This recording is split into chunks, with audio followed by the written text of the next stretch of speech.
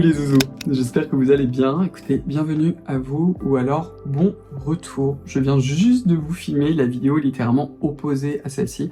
Je sais pas exactement dans quelle heure elles seront d'ailleurs publiées, c'est-à-dire vraiment c'était 5 ingrédients à éviter. J'ai fait exprès même de vous mettre le mot toxique parce que ça me fatigue en fait de l'entendre tout le temps sur les réseaux et cette espèce de phénomène un petit peu de peur et d'angoisse qui n'est pas basé sur de la rationalité mais qui est basé que sur du marketing. Ça me fatigue. Et là, je me suis dit, on va aussi faire l'inverse et on va faire finalement une vidéo sur 5 ingrédients un petit peu must-have, c'est-à-dire le genre de choses qu'il vous faut absolument dans votre routine. On va d'abord commencer par le premier qui sont tout simplement la sainte classe des humectants dont je parle très souvent. Ça commence un peu à évoluer, d'ailleurs je suis assez content en parapharmacie française parce que pendant quand même très longtemps, quand on regardait l'univers de la parapharmacie, c'est vraiment quelque chose qui manquait. Qu'est-ce que c'est un humectant? Un humectant, en fait, c'est une famille d'ingrédients qui va tout simplement capturer l'eau du produit pour augmenter temporairement l'eau à la surface de la peau.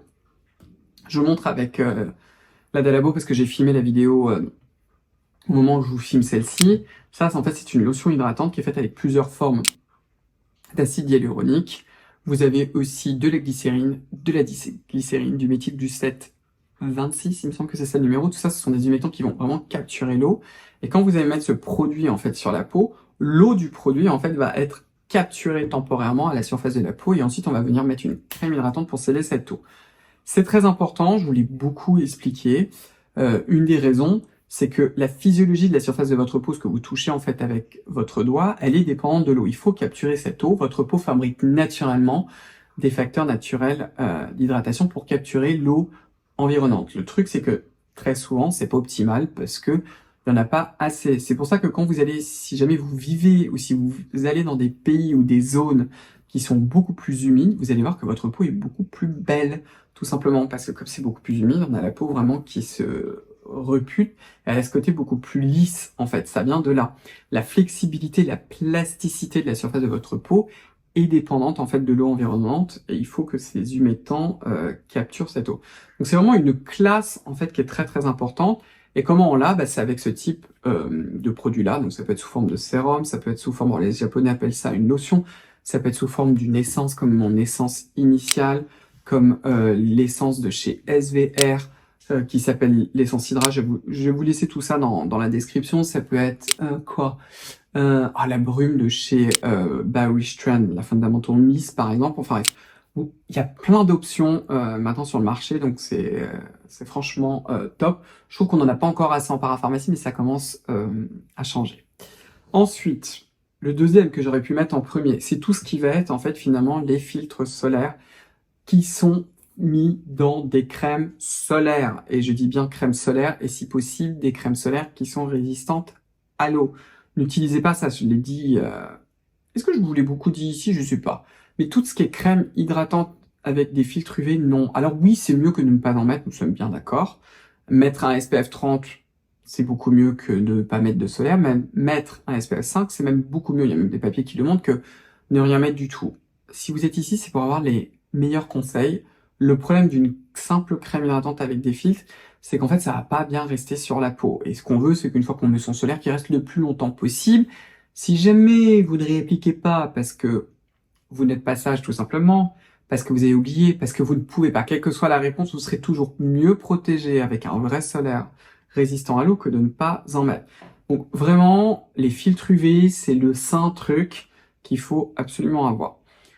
Troisième point, pareil, vous m'avez entendu en parler depuis l'âge de pierre, ce sont les rétinoïdes. Dans la classe des rétinoïdes, celui qui a été le plus étudié chez l'humain et en cosmétique, c'est évidemment le rétinol. Ensuite, on a le rétinaldéhyde.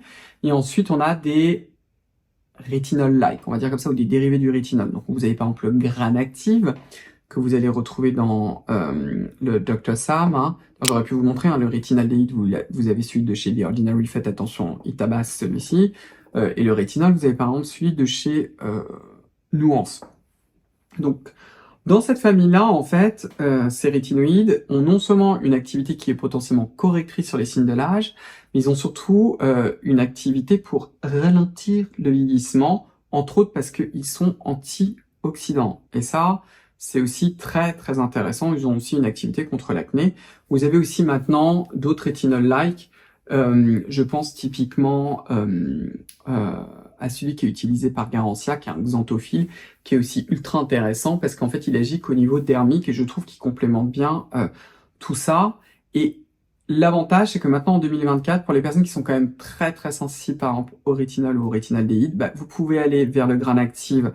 Je pense typiquement, alors soit à ceux de chez The Ordinary, soit à celui de chez Dr. Sam, ou alors carrément, si vous voulez compléter ou si tout ça encore ça passe pas trop, vous avez la crème la foudroyante par exemple de chez Garancia qui est ultra intéressante.